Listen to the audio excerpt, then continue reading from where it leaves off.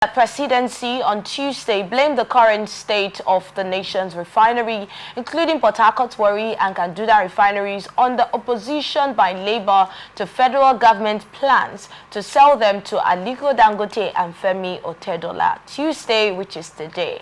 Now, Bayo Onanuga, the special advisor to the President on Information and Strategy, revealed this while condemning the claims of the government being against human rights over Nigeria's arrest by the UK TUC.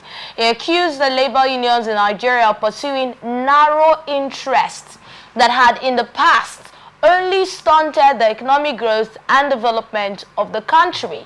Onanuga cited the strong opposition of the NLC and TUC to the sale of Port Harcourt and Kaduna refineries to Blue Star Consortium promoted in 2007 by Aliko, Dangote and Femi Otedola during the administration of former President Olusegun Obasanjo. Now, according to him, 17 years after the labor movement forced the successor government of Umar Yar'Adua to cancel the sale of the two refineries, none of the four government-owned refineries have worked. The refineries since remained comatose, despite having gulped about $25 billion in maintenance costs. You know, when we talk about maintenance costs and, you know, the money that has been invested in these refineries to make them functional, a lot of people have mentioned, I think there was a report of 1.5 billion naira or something like that, but now we're hearing from Onanuga saying 25 billion naira in these refineries, and yet they are not functional. But he's blaming the NLC. He said that the NLC have this you know, the selfish movement sometimes. Do you see anything selfish with the NLC, according to him, stopping the 2007 sale of the refineries? Over the years, I don't know how their method of operations are. Where? With the NLC? With the, no, between NLC and our government. Okay. They're always having this phase off. Until now, I never knew all of this. How do people carry out their own businesses in regards to what puts food on your table? Looking at the Port Harcourt, Warri and Kaduna refinery, look at this, the whooping figure that has been affirmationed. What were those monies jet for? Was it put into production?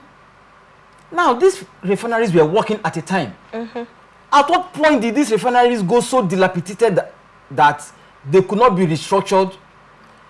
I believe if there are sinuses to a company having to fold up, the strength of power will reduce, the production will reduce, manpower will reduce. No, that is when you start seeing signs of we have the Wall Street and Main Street in regards to how they put it elsewhere as obtainable in other countries. But here in Nigeria, we use inflation and other terminologies. Now you see, that is when this ought to have been curbed.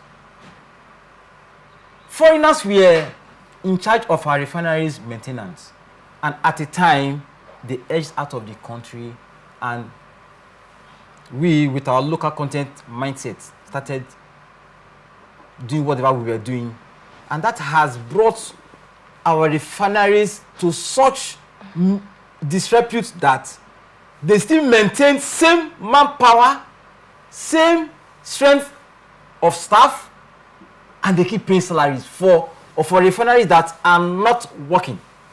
And I think when you call, when it has to do with Dangote and Otedola, from the powers that be, from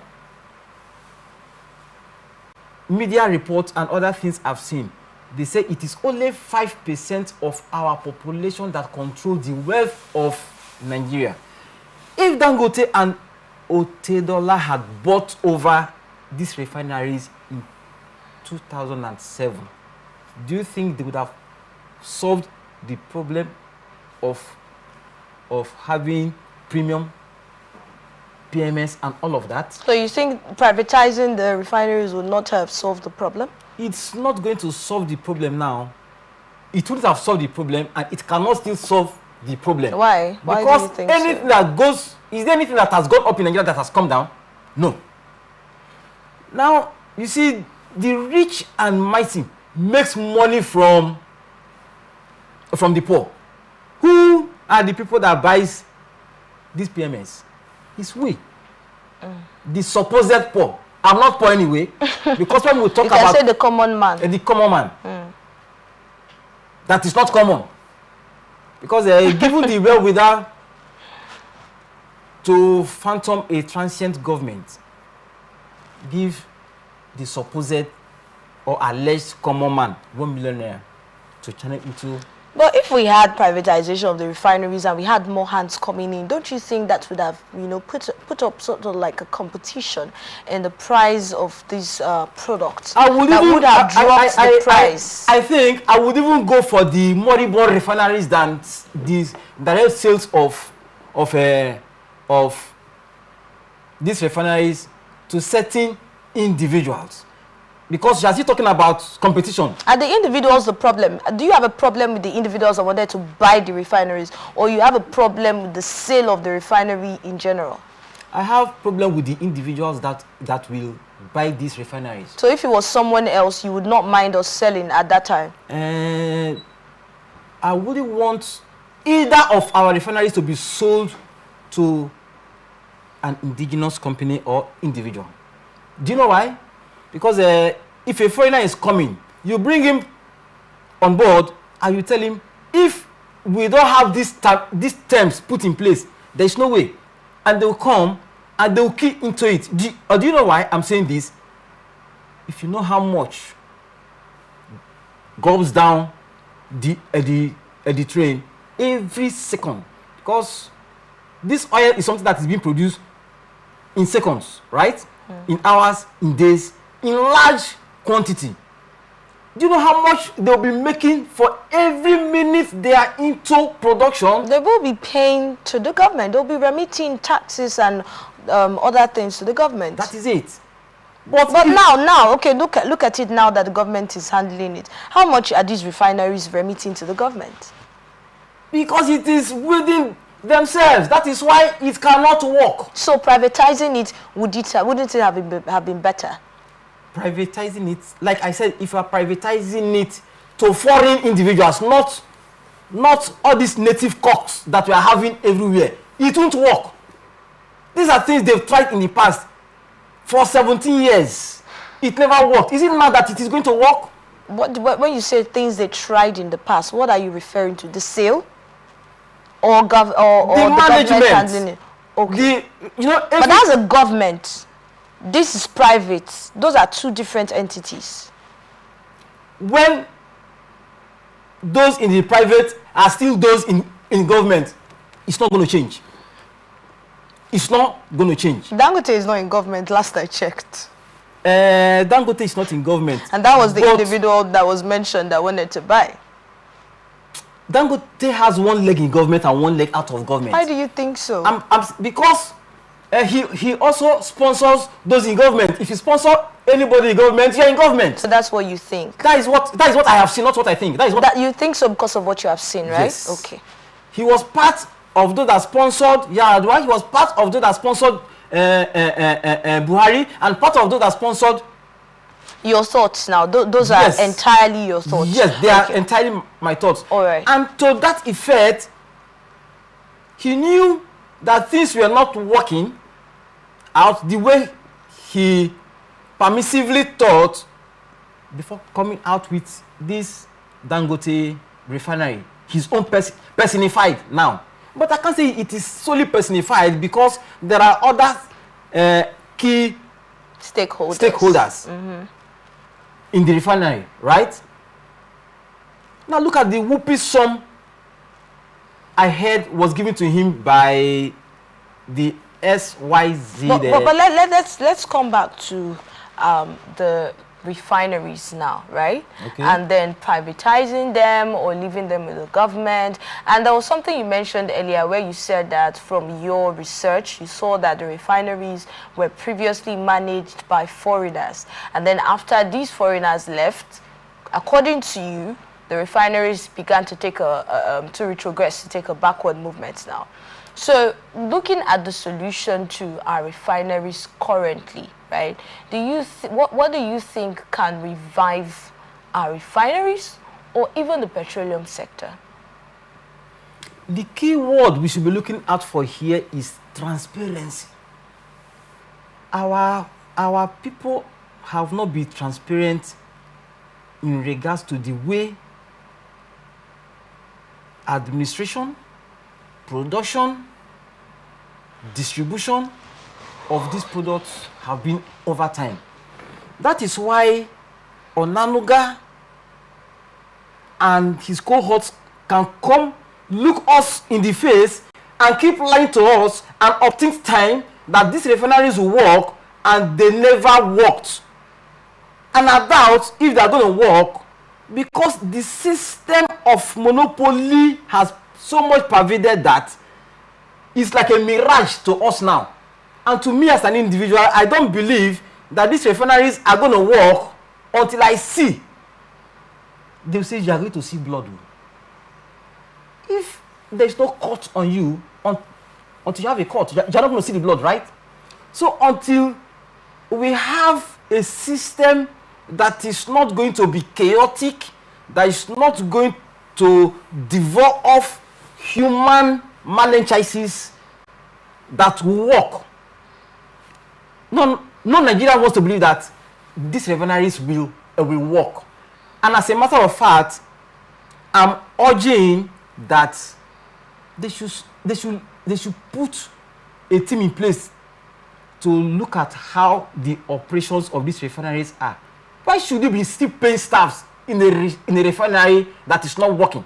The only sort of staff I believe that should be paid in either of all these refineries are the security operatives, just to mitigate the aftermath of the leftovers of what has become of our dilapidated structures called refineries. Now, if you look at it, there are other countries that have refineries that produces even more barrels per day than Nigeria. It's not good enough. Today you hear the president is having bilateral talks with Oman, with China. These are for the good of Nigeria. For the good of Nigeria. But it does not show. Every now and then, a president will go with an envoy of personalities. At the end of the day, like go to China now, you will hear Mr. President is having bilateral talk with the president of China. At the end of the day, we are indebted to China in terms of trillions. How do we pay back? Please, I want my soul to be at rest and at peace. All right, so you actually feel like they should put up a team to look into the functionality of the refineries? Certainly. Okay. Certainly.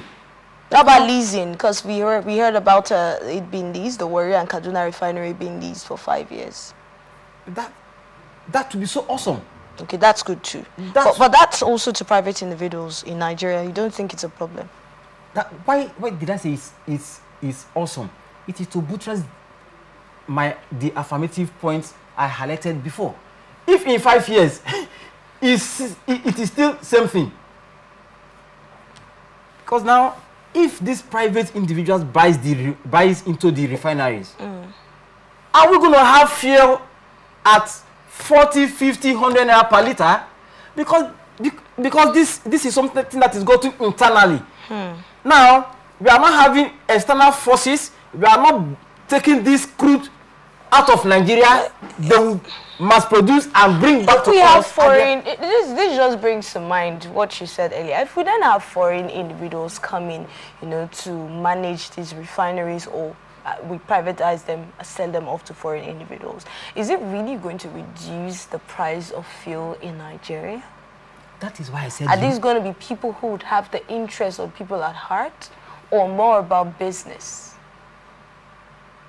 I have a corporation I manage, and I have my staff strength is 5 that I paid. And before they started working for me, we had a round table talk, a take-off meeting. Okay. Where I told them the operations of my cooperative. All right. And I was like, this is it. Can you adjust to this?